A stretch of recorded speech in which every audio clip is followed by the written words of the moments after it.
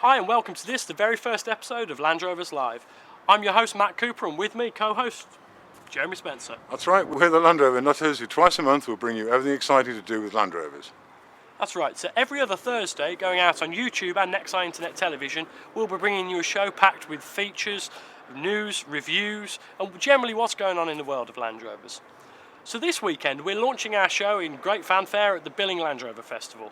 Jeremy, what are we going to see at Land Rover for the show? Well, it's the biggest Land Rover festival in Europe, I think. So we're going to see a lot of Land Rovers, Land Rover bits, broken Land Rovers, very big Land Rovers, and a whole range of exciting Land Rover products. And we're putting a studio right in the heart of the show. So we'll be chatting with the people who are bringing out the latest products. We'll be testing, well, whatever we can get our hands on really, and we'll bring you some great features along the way. So on today's show, we're going to look at a few new products that we've been having around the office. We've got that great stove, we've got some nice little bits you can add to your Land Rover, a roof rack and a cuddy box. Well, let's go on straight ahead and have a look what we've got in this week's product reviews. For more places to stash things and to add a modern touch to your older Defender, Mud have this, the Mud Defender Tunnel Tray. This fits LT77 and R380 Defenders. We really like the small details on this. The finish and patterning of the plastic tray is identical to that on your Defender dash. It's thin, but it really doesn't feel that way. The tunnel tray features two cup holders with foam pads in the bottom to further ensure against spillage on the go. This version has a coin or pen tray either side, but you can opt to have up to 3 12-volt sockets and 3 USB ports also. Fitting this tunnel tray is a fairly simple affair. First up, fit the rubber strip provided to the base. We do recommend a drop of glue at intervals along the rubber strip to ensure it does stay in place. We also found that trimming the rubber in place is made for a better fit around the screw holes. Next up, and you'll need a drill here to provide the two fixing holes. We use a 7.5mm drill. These holes should match well up to the two screws that sit on the top of the transfer box casing. If you've got matting or carpet, you can drill through these, but if you prefer, we found that the new screws provided went straight through without making a mess of things. Once the two screws are fitted, you're pretty well done. The fit around the stick gaiters is good, and considering the tunnel tray is only fixed at the rear, it does stay rather well put. We loaded it up and took it for a spin down some bumpy lanes. All in all, we really like the Mud Defender tunnel tray. It's a great simple addition to your Defender that gives you a bit extra or allows you to repurpose your cubby box cup holders for switches. These are available now for £41 or about $60 by clicking on the link below or going to mudstuff.co.uk. Every trekker needs topping up with regular food and a hot cup of tea when out in the wild, but for most of us infrequent campers, a little gas stove will suffice. But I won't deny that nothing beats a real fire for a focal point around a cosy campfire. Portable log burners are a neat and easy way to get around the petty restrictions in place to protect us from the idiots. But armed with one of these, you can stand in line with the bunny huggers as well. Of course, being landed people with spare time and a round to it, many of us could fashion a perfectly decent log burner from an old gas cylinder. There are plenty of ideas on YouTube. So what could you expect to spend on such a facility? We spent the weekend with two stoves made by Ainway in Cornwall. The Traveller stove, which for the basic product costs £375, and their much loved Frontier stove, which starts at £150. The Traveller is a pretty posh setup, a mini version of a log burner you might see in a country sitting room, but with some design extras to make it into a decent stove. You can even order it with a range of colours if your standards of glamping calls for colour coordination.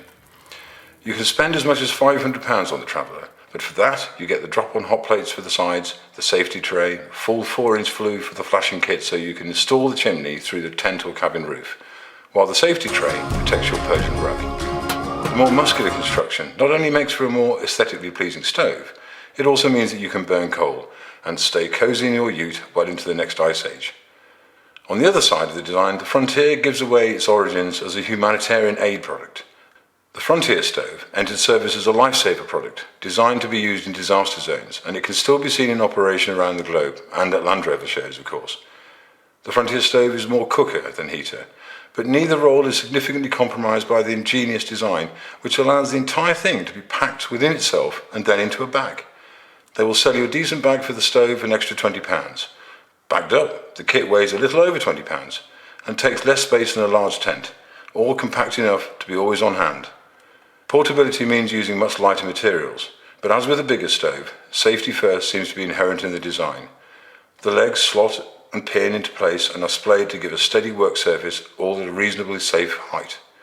Sure, it's a small firebox to accept small sticks and twigs, but it's easy to light and not too greedy to feed, with the sort of material you'll find lying around on the woodland floor. The manufacturers claim, and we have no argument with it, that the Frontier stove is 10 times more efficient than an open fire, and of course the smoke is carried well clear of the fire itself. The flue, with extra cash, can reach 7 feet or so, and as with the Traveller, you can spend a little extra more and install the stove in your tent or hut. But the clear advantage of the Frontier is its portability. That and the kettle. I confess that when we unpacked the stove and completely ignored the instructions on how to properly cure the paint before use, I thought that the £90 kettle was a bit of a joke, but not at all. It proved to be extremely useful. There was always hot water for the washing up or making tea, and for me proved to be the most delightful feature of all. The Frontier demands a little more maintenance. The narrow flue will need regular checking and cleaning, and it won't love you for being left to rust. But for £240 with the kettle, it's money well spent, and a gift that will last her for years. Both products are available now from Anive at anive.co.uk or by clicking the link below. Roof racks. There is a lot of choice in the market, and finding out which one best suits your needs can be a bit of a minefield. British manufacturers Massi have joined the roof rack party in style with a full range of roof racks for all occasions. This one is a 90s full-length luggage rack at 2.15 metres. Massi roof racks are self-assembly, and in the case of this one it took us about 45 minutes to extract all the bits and pieces from the packaging and protective wrapping. One of the great things about assembling your own roof rack is that you notice the attention to detail in Massi's work. All the nuts and bolts are stainless steel, so will last longer than the vehicle it's bolted to. As well as that, underneath the black powder coating of the roof rack's components, they're zinc plated to keep them free from rust. Once unpacked, assembly took us about 40 minutes and the instructions were pretty clear. When mounting this rack onto your vehicle, we recommend using some of the packing strips or some rubber on the 6 gutter clamps. We didn't, and we made a bit of a mess. Once assembled and fitted, the Massi luggage rack performs well as expected. There are plenty of places to attach straps to keep your goods on board. It looks the part and generally offers all that you need from a luggage rack. The Massi roof rack is available now in all its derivatives for Defenders and Discoveries 1 and 2 by visiting the Massi website or clicking the link below. I do love that stove. Always the hot water for the washing up. And if you've got any ideas for things you think we should review, please get in touch with us on the Twitter or through Facebook. And soon, right now in fact, we're going to head over to M&M to see what Matt's doing on the Land Rover for the workshop guides. I think he's changing a prop shaft, but I can't be sure.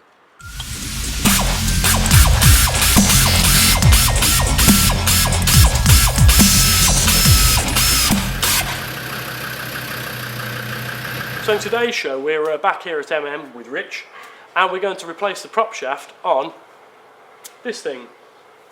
So when you choose prop shafts, there's a whole host of different prop shafts to talk about. Rich has produced 3 here for us to have a look at. So what have we got here, Rich? Well, here on our left we've got a standard prop shaft. In the middle we've got a wide angle prop shaft, and over here on the right we have a double cardan prop shaft. Okay, so most people, if we've not modified it before, will have something like this on their vehicles. Yeah. And for the most part these are pretty reliable, pretty good all-round prop shafts. Yeah. When might we run into trouble with these, or when might we say we're not going to replace it with a standard prop shaft? Well, obviously they'll wear out like other things on the vehicle, and if they're not greased properly they can wear out because of that, just through wear and tear. But one thing that will take a prop shaft out prematurely is if the vehicle is lifted, it's got a suspension lift on it, and then these are working at an angle that they shouldn't be working at, and then they can fail. And then at that point you may want to consider putting an aftermarket prop shaft on it. Okay, so in terms of when we put in a lift on a vehicle, a standard height, we're never going to have any problems with a standard prop shaft. What sort of lift do we think we can go up to before we say, right, that's not enough? You should be fine with a 2-inch, up to 2-inch lift with a standard prop shaft. But any more than that, you really should be changing it for something that's made for the job. Great. So, and something that's made for the job might be this wide angle one we've got in the middle. Yeah, wide angle one is good for. I mean, this vehicle here's got a 5-inch lift on it, and this is the one that we're going to be fitting to it.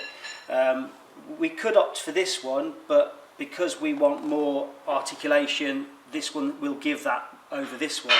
The double cardon one is more designed for a smoother drive. When you're going, if you're doing a lot of road use and you've got a lifted vehicle, this would be a good choice to go for. But if you just want sure axle drop, then I'd go for the wide angle one. Okay, you loosely touched on the double cardon there. These double cardon prop shafts, they didn't start life as a modified Defender part, right? No, it's a factory Discovery TD5 prop shaft, which is fitted to the front of the Discovery TD5, and it was designed for a smoother ride with less vibration in the front prop. Makes sense.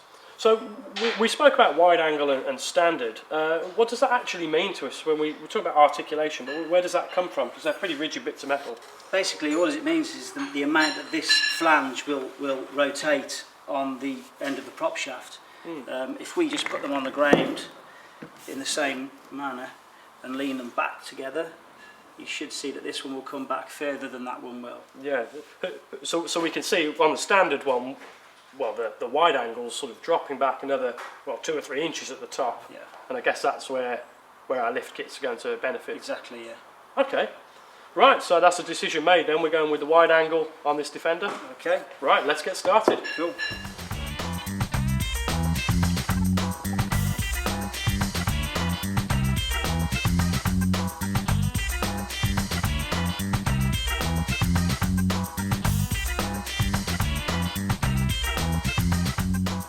So we've got the Defender up in the air to get the new prop shafts on. Now, Rich, ordinarily, would this be a one-man job, or would...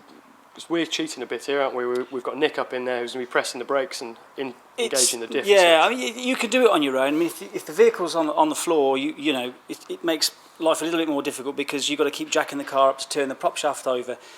Failing that, you could be pushing the car forward, but it means having to keep getting up and getting the handbrake on and off. So 2 people always make life easier. But yeah, you can do it on your own, no problem at all. Right, well, we've got the vehicle up in the air now, so you can get cracking. Awesome. Once you've got the vehicle safely up in the air, we will loosen the 4 nuts and bolts on each flange of the prop shaft. These can be very tight or rusted up, and it really helps to have the correct spanner here. 14mm will do at times, 9/16 is really what we want. Now the fixings are loose, we're using an air spanner to remove the nuts from the transfer box end first. You can continue using either spanners or a socket here. I'll take the back ones off first because the back ones have got studs, so the nuts can come off there and the prop doesn't drop. So start with the back. I slackened them all off just to start with, so I could use the air tool. Done the backs first, like I said, so that stays where it is. But these are nuts and bolts, so once these come out, obviously that just drops. So I've left one in to make sure it doesn't drop on me. I'm just on the last one now, so then when that comes out, I've just got to take that one there just as a safety precaution.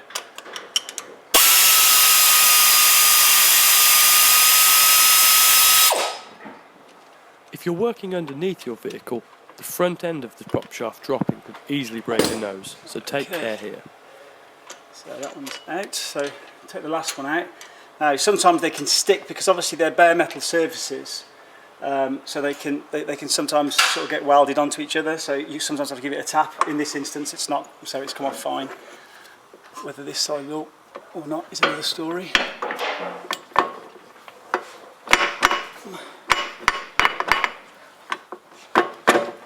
No, it's fine. It's popped off, but you can see that they will go a bit rusty, which is why they kind of stick into the surface. But if you give them a bit of a jar, they usually come off.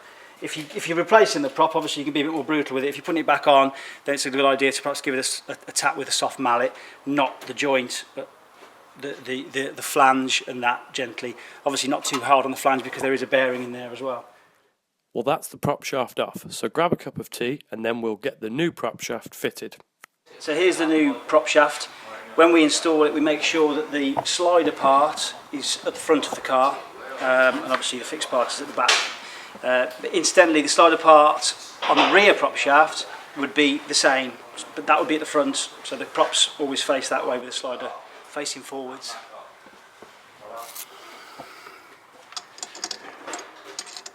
When placing the new prop shaft in place, the transfer box end goes on first, as it came off. The flange holes are not evenly spaced, so you'll find that they will only go on in the correct orientation. Once the prop shaft's in place, be sure to drop a bolt through one of the holes at the diff end to keep you looking gorgeous. Then refit the nuts and bolts. You should be able to reuse the bolts, but nylock nuts will want changing each time to ensure that they stay in place. New nuts go on the transfer box end and we're very nearly there. As mentioned earlier, having a helper here is very useful to engage the diff or handbrake in order to rotate the shaft and getting the fixings in, and locking again to tighten them up sufficiently. Alternatively, you only actually need to lift one wheel off the ground to do this because you've got 3 diffs in the car. You've got your differentials, obviously front and rear, which most people know about. You've actually got a differential in the transfer box, which means if one wheel is off the ground, the prop will turn. So when you're off-roading and you lose traction with one wheel, you know, people get confused. They think, oh, it's 4-wheel drive, why is one wheel spinning? It's because the power's going through the easiest route, which is through the gearbox, through the differential in the transfer box, through the differential in the front axle or the rear axle, and then through the wheel that's lost traction. And basically diff lock, again, people think it locks the actual differentials. It only locks the centre diff in the transfer box. So power is put to both front and rear wheels all the time. And you can still lose traction then by spinning one wheel on the rear axle and one wheel on the front axle. as in the removal, using spanners or ratchets nip the fixings up before using a torque wrench set to 33 Newton meters. Final lockdown. And that's it, we've successfully replaced the prop shaft. It's all running nicely and we're good to go.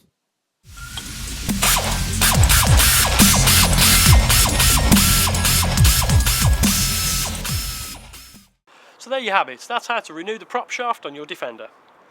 Now if you have any burning questions or you really can't get that rear A-frame ball joint off, do let us know. Each episode we'll be bringing you new workshop guides to tackle the issues that you will inevitably have with your Land Rover. So next up we've got, what's our favourite feature? Land Rover Heroes. What's Land Rover Heroes about, Jem? Well, it's about the people who use Land Rovers in the front line. The people who are doing some really important work for the community, saving lives, putting out fires, catching the bad guys. And we've used the Land Rovers as an excuse to go and see the work that they do. That's it. So obviously when Land Rovers were first built, they weren't really designed for green lane at the time. It was for some pretty serious stuff. Forestry. And what's that, Jem? Forestry. Forestry, yeah, yes. Yeah, killing trees, moving them around. That's right. And obviously there are still plenty of Land Rovers in the field doing that very same thing today. So we sent Jeremy off to Rill, to the lifeboat station.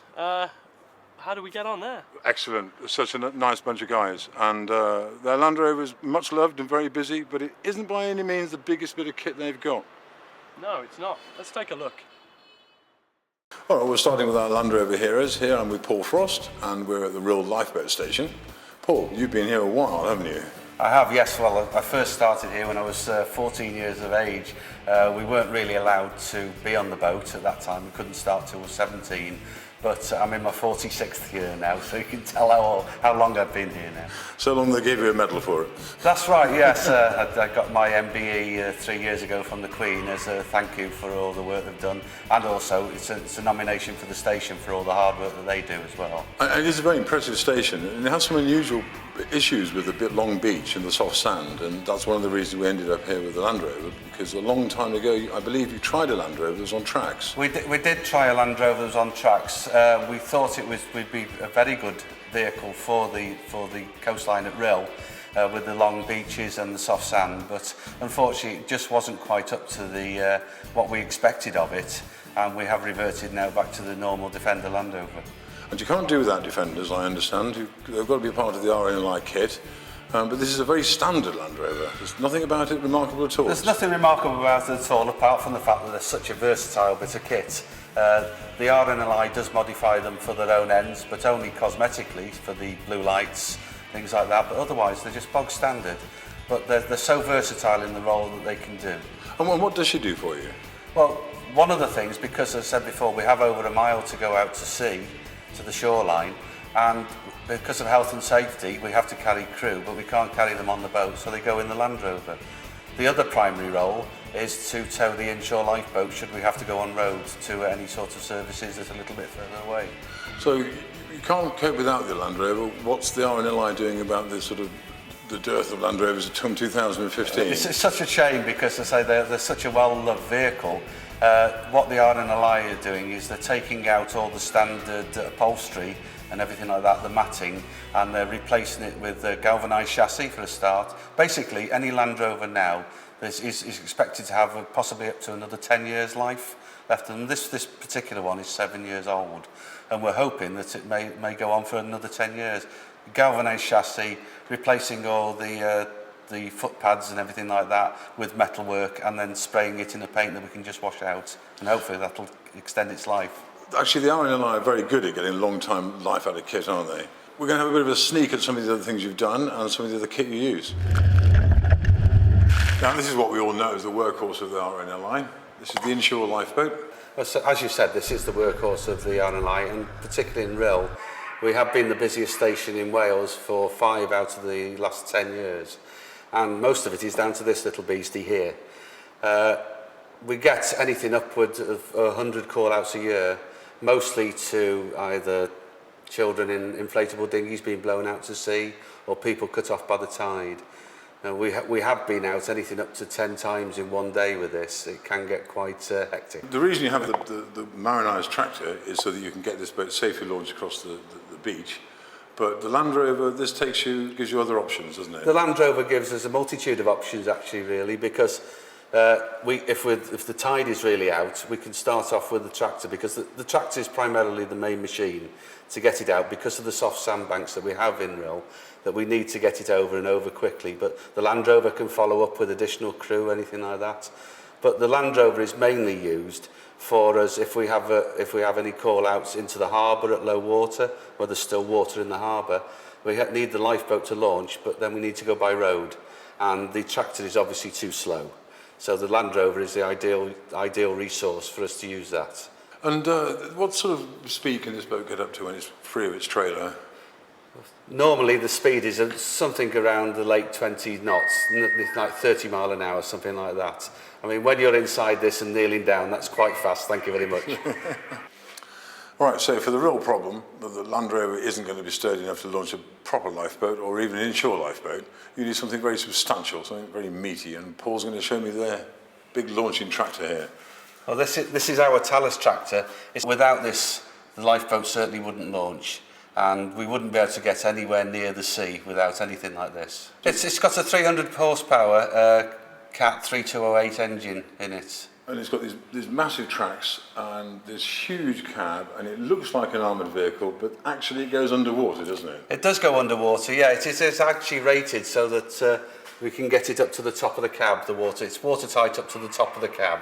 The air intake is actually at the top of the cab, as where the exhaust is as well.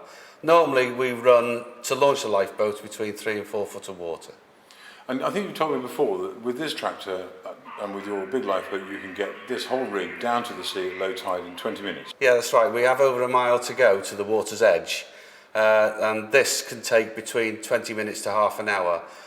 When the tide is up, we can still launch within 5-10 minutes. Right, now we've seen the important end of the towing operation, but let's go and have a look at what it's got to tow.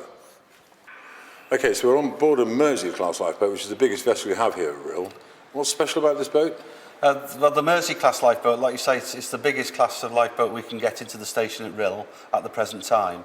It's actually the smallest of the offshore fleet, but the beauty of the Mersey class, it was intended and designed primarily for launching off a beach, off a carriage, so that to go into the water. We've got about 25 stations around the coast of these, so it is quite a specialised unit, but they're ideally suited to what they were built for. Now, this boat's 20 years old. Or 22 years old. 22 years old. 22 years old. And she's still going strong, still looks trim and fit. How many rescues has this boat done now? I couldn't give you the total for what we've done. We started off in 1992 with this boat, and we've been consistently averaging 20 call-outs a year with it. This is on top of the normal exercises we have, 2 a month, so it's quite a long time. We are expecting the lifetime of this to be well into the 25 years plus. So, Paul, what type of work do you expect this boat to do?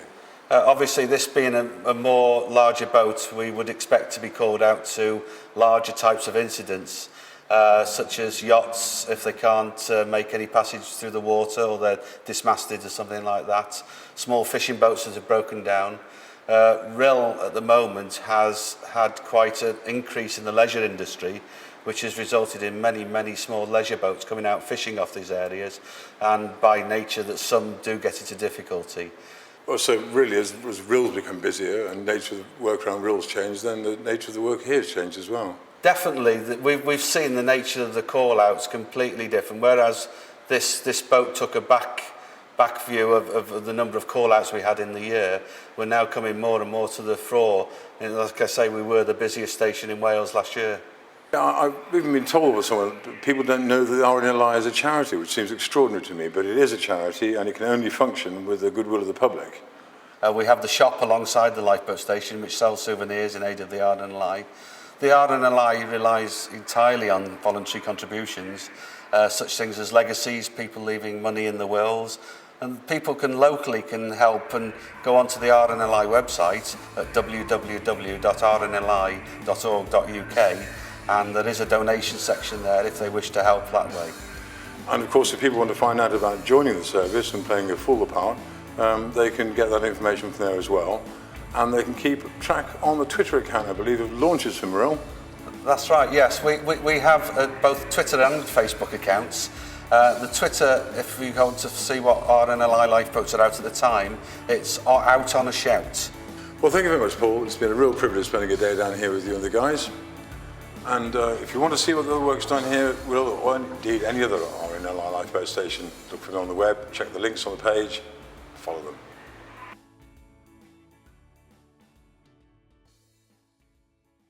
Wow, and there was an MBE in there to boot.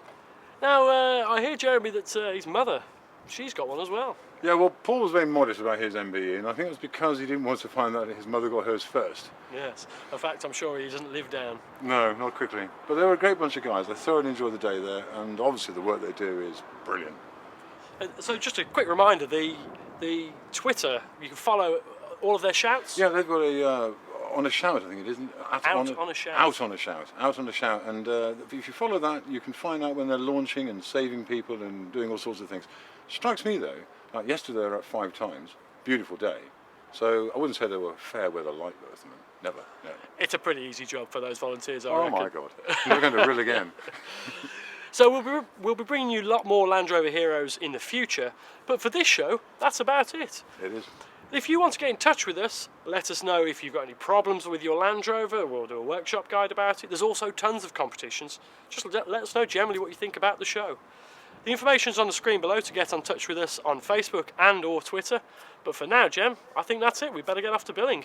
And we will. Shoot off now.